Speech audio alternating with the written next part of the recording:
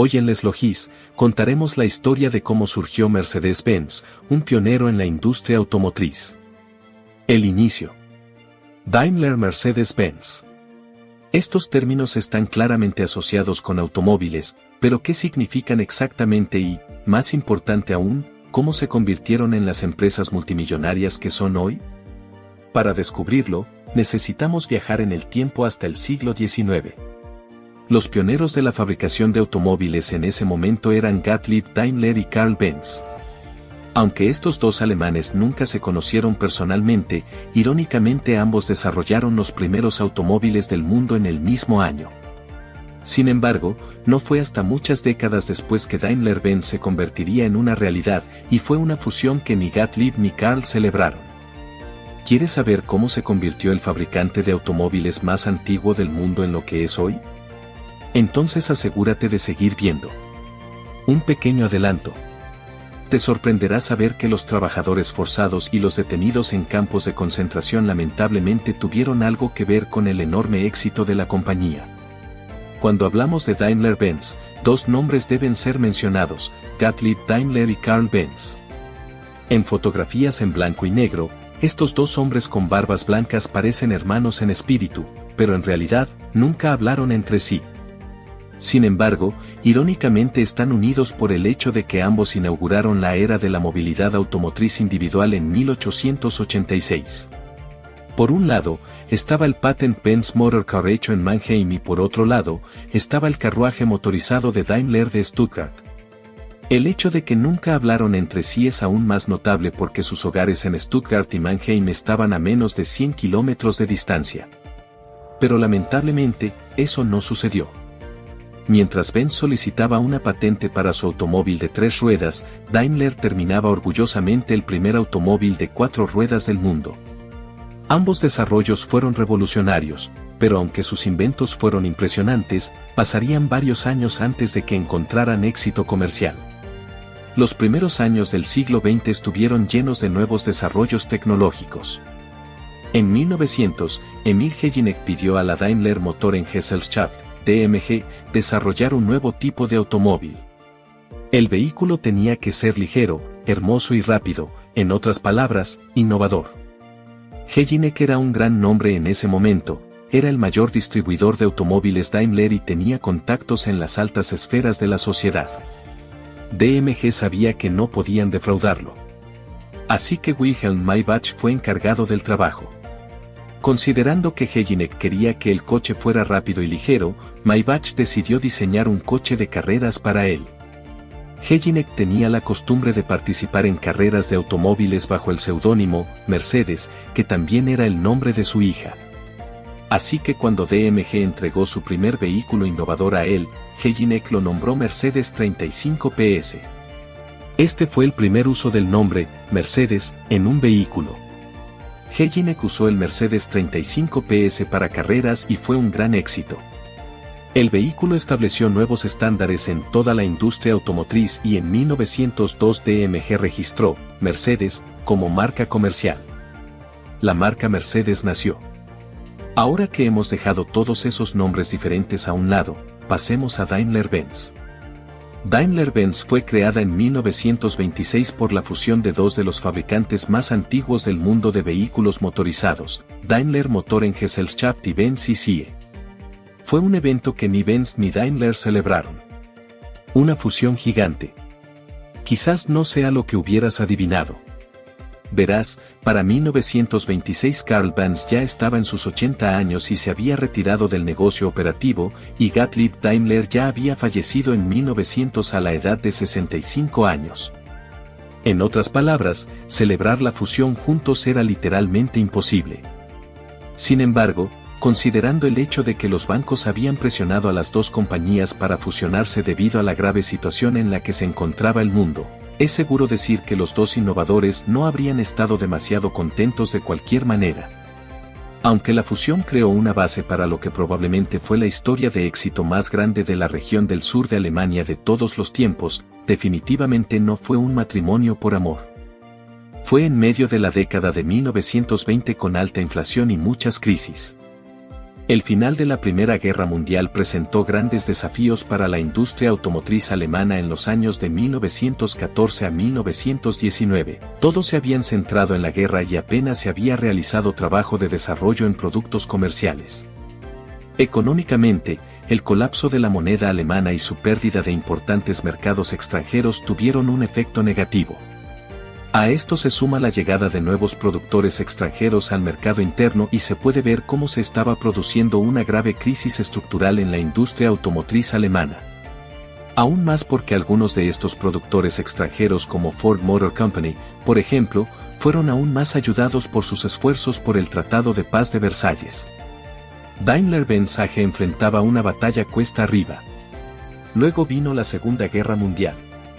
Para el verano de 1941, la Segunda Guerra Mundial ya llevaba 2 años. La junta directiva de Daimler-Benz ya no preveía un rápido fin de la guerra o un regreso a la producción de vehículos civiles. La demanda de automóviles de pasajeros seguía disminuyendo y para finales de 1942, incluso prácticamente se detuvo por completo. En cambio, ahora la línea más importante de negocio era la producción de camiones y Daimler-Benz se centraba completamente en la fabricación y ensamblaje de componentes militares. Como muchos trabajadores estaban luchando en el frente, se necesitaba nuevo personal para manejar el aumento en la producción armamentística. Inicialmente, la compañía reclutó mujeres para hacer frente a la demanda, pero eso no fue suficiente y también comenzaron a utilizar trabajadores forzados. Mientras que los trabajadores forzados del oeste de Europa vivían en casas para huéspedes, alojamientos privados o escuelas, los trabajadores del este de Europa y prisioneros de guerra estaban internados en campamentos con barracas con condiciones similares a las prisiones. Estos prisioneros de guerra eran principalmente civiles secuestrados y detenidos en campos de concentración, eran vigilados por las SS bajo condiciones inhumanas e incluso eran prestados a empresas a cambio de dinero. En 1944, casi la mitad de los 63.610 empleados de Daimler-Benz eran trabajadores forzados civiles, prisioneros de guerra o detenidos en campos de concentración. Pero por injusto que sea, la compañía realmente prosperó durante estos tiempos y continuaron utilizando esclavos laborales del campo de concentración hasta los últimos días del Tercer Reich, pero los años posteriores no resultarían ser tan lucrativos. Era 1945 y la guerra finalmente había terminado. Mientras personas en todo el mundo se regocijaban, no todos estaban felices y la evaluación del daño bélico fue particularmente desilusionante para Daimler-Benz.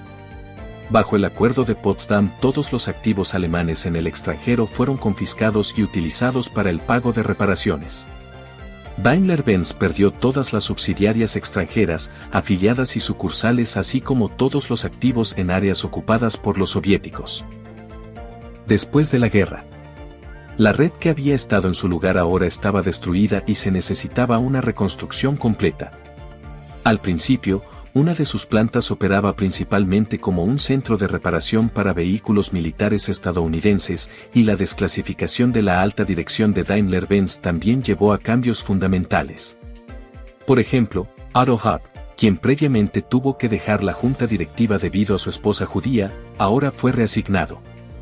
Después de extensos esfuerzos, la compañía recibió un nuevo permiso de producción por parte de las autoridades de ocupación estadounidenses en 1946, y a pesar de la caótica situación financiera, su balance para el año 1948 a 49 ya mostraba ganancias. ¿Serían capaces de recuperar su poder? Durante el periodo de 1949 a 1960, Daimler-Benz logró recuperar la posición que había disfrutado antes de la Segunda Guerra Mundial. La industria automotriz alemana se expandía rápidamente de nuevo y ya en 1954 Daimler-Benz rompió su récord de ventas existente al superar la marca de 1.000 millones en términos de facturación.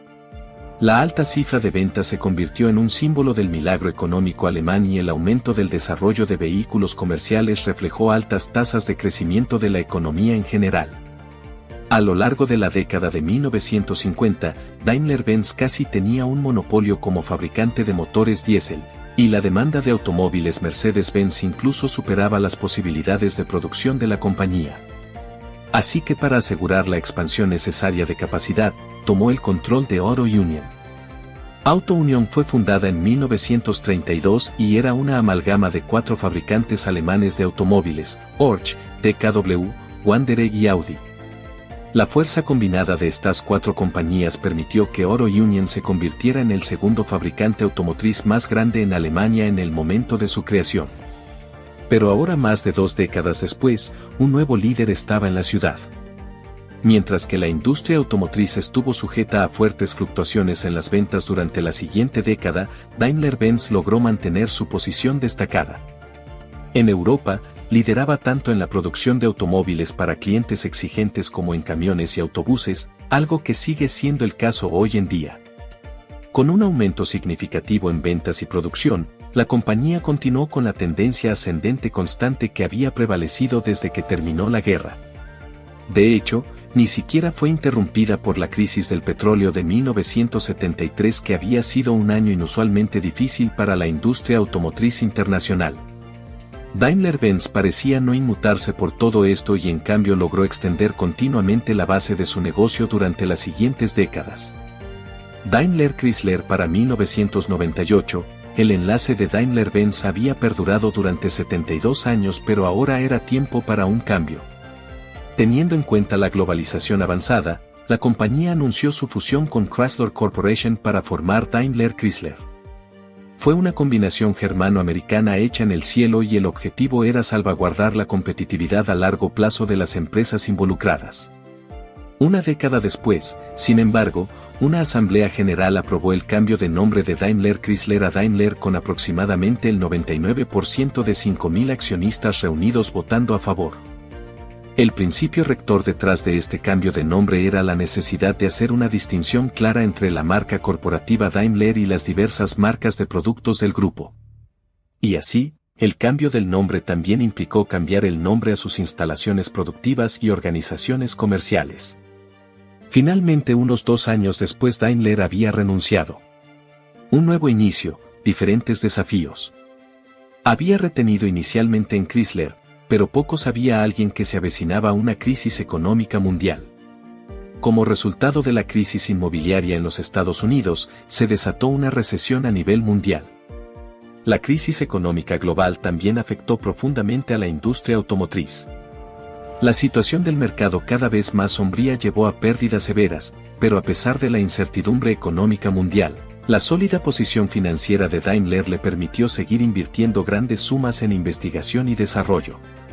Y aún hasta el día de hoy, más de un siglo después de que la compañía fue fundada por primera vez, ha continuado con este espíritu pionero. Después de la crisis financiera y económica, Daimler logró hacer un regreso triunfal en 2010. Sus productos tenían una fuerte demanda y los libros de pedidos estaban llenos. Muchas plantas de Daimler estaban trabajando al límite de su capacidad y la compañía tenía tasas de crecimiento de 2 dígitos en todas las divisiones de negocio. Además, también continuaron avanzando con socios estratégicos. En 2010, Daimler y Renault-Nissan acordaron una cooperación estratégica de gran alcance, por ejemplo.